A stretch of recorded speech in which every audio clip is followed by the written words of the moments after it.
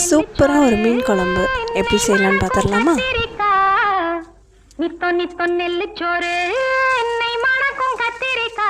நேத்து வச்ச மீன் குழம்பு என்னை இழுக்குதையா நெஞ்சுக்குள்ள அந்த நினப்பு வந்து மயக்குதையா